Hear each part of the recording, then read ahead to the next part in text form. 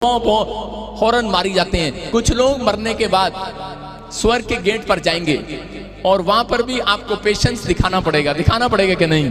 कह रहा वहां पर आपका हॉर्न नहीं चलेगा, वहां पर आपका ये नहीं चलेगा मैं मेंबर हूं, वहां पर ये नहीं चलेगा मैंने दान दिए, वहां पर ये नहीं चलेगा कह रहा कि मैंने ये किया, मैं क्वायर टीम में हूं, मैं इस टीम में हूं। जैसे आप लाइन में खड़े हुए आज चेकिंग करा कर आए हैं बाहर लाइन में, आए थे कि नहीं? आपको बुरा लग रहा होगा कि इतनी टाइम हम धूप में खड़े हैं, हम नहीं आएंगे, हम नहीं करेंगे, कितना टाइम खड़े हैं। लेकिन मैं कह रहा हूं ऐसे लाइन लगी होगी स्वर्ग के गेट पर, वो कह रहा होगा मैंने ये किया है, मैंने वो किया है। लेकिन परमेश्वर ने कहा वो स्वर्ग के गेट में एंट्री करेगा जो ये तीन काम करता है, जो विश्वास की चाल चलता है, कह रहा जो धीरज रखता है, तीसरा जो परमेश्वर की दी हुई इंस्ट्रक्शन का पालन करता है, जो परमेश्वर की दी हुई आज्ञाओं का पालन करता है, परमेश्वर की बात मानता है।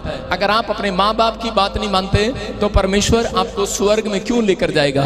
ये माँ बाप आपको इसलिए दिए गए हैं, ये संसार इसलिए दिया गया है कि ताकि आप लोग यहाँ पर रहकर परमेश्वर की बातों को मानकर दिखाएं कि जब आप यहाँ पर पक्के होते हैं तो स्वर्ग में आपकी मोहर लग जाती है यीशु मसीह के नाम में। अपने हाथों को उठाओ, मोहर लगाओ। आज जो हाथ हिला रहे हैं, जो ताड़ी बजा रहे हैं, आज तैयार है कि नहीं? कह रहे यहाँ पर इंस्ट्रक्शन, बाइबल बोलती है इंस्ट्रक्शन उसके लिए कह रहे निर्गमन की किताब 20:6 में लिखा। हाँ पढ़ेंगे ध्यान से, देखो क्या लिखा।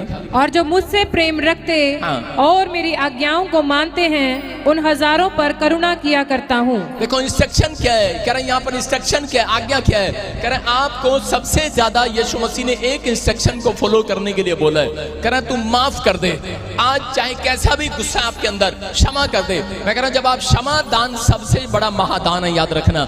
जो लोग क्षमा करना जानते हैं उन लोगों के घर में कह रहा हूं दान नहीं आएगा, एक सबसे बेस्ट आशीष आएगी यीशु मसीह के नाम में। क्षमा दान महादान, उसने कहा इंस्ट्रक्शन, कह रहा कि आपको इंस्ट्रक्शन को फॉलो करना है। परमेश्वर ने कोई भी इंस्ट्रक्शन दियो, झूठ नहीं बोलना, गाली नहीं देना, शराब नहीं पीना, जो काम पवित्र आत्मा कह दे आप हाथों को उठाकर कहूं परमेश्वर आज से मैं तेरी इंस्ट्रक्शन को मानना करूंगा पवित्र आत्मा जी।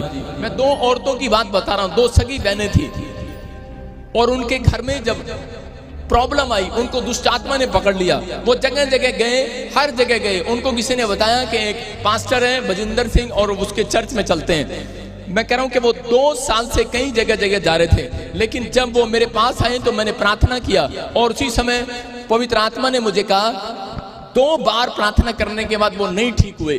तो उसी समय परमेश्वर से मैंने पूछा तो पवित्र आत्मा ने मुझे कहा कि इन दोनों बहनों में एक बात की कमी है कि ये मेरी दी हुई इंस्ट्रक्शन का पालन नहीं करती।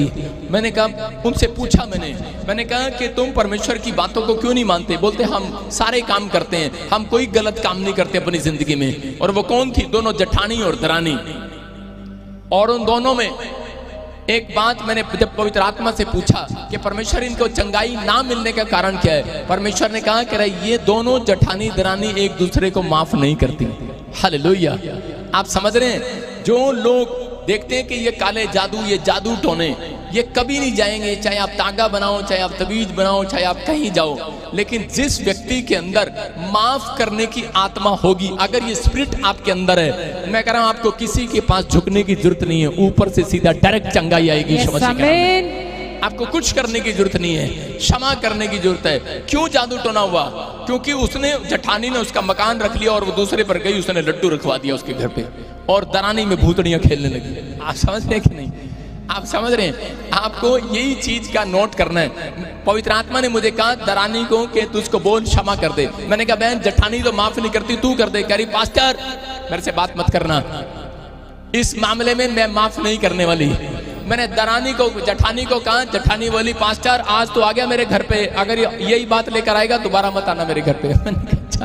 मैंने उसको कहा अरे मैंने कहा मैं क्या रब दी इंस्ट्रक्शन हैगी, रब दी, मेरी नहीं हैगी है। मैं क्या ये रब की बात है, मान ले इस बात को। लेकिन उन दोनों बहनों ने 1 साल लगा दिया उस बात को मानने में, नहीं माना, धक्के खाते रहे, कभी इधर कभी उधर कभी इधर। हार कर दरानी फिर दोबारा आई अपने पति के साथ और बोलने लगी प्रॉफिट जी जो आप कहोगे मैं करने के लिए तैयार हूं। और जैसे ही उससे मैंने क्षमा के लिए पश्चाताप कराया कि आज अपने हाथों को उठा और जिसने भी तेरे साथ बुरा किया है उसको माफ कर दे आज यीशु मसीह के नाम में। और जैसे ही उसने माफ किया और उसकी औरत उसी दिन से चंगी होगी। और आपको बता रहा हूं कि वही औरत आज लोगों के सिर पर हाथ रखती है, उनमें से भूतड़ियां निकल कर चली जाती हैं यीशु मसीह के नाम में। हालेलुया। अगर वो फॉलो ना करती इंस्ट्रक्शन तो परमेश्वर उसकी जिंदगी में कभी काम नहीं करने वाला था। मैं फिर कह रहा हूं कि हम खुद अपने आप में देखते हैं कि हम कितने गुस्से वाले थे। हम छोटी छोटी बात पर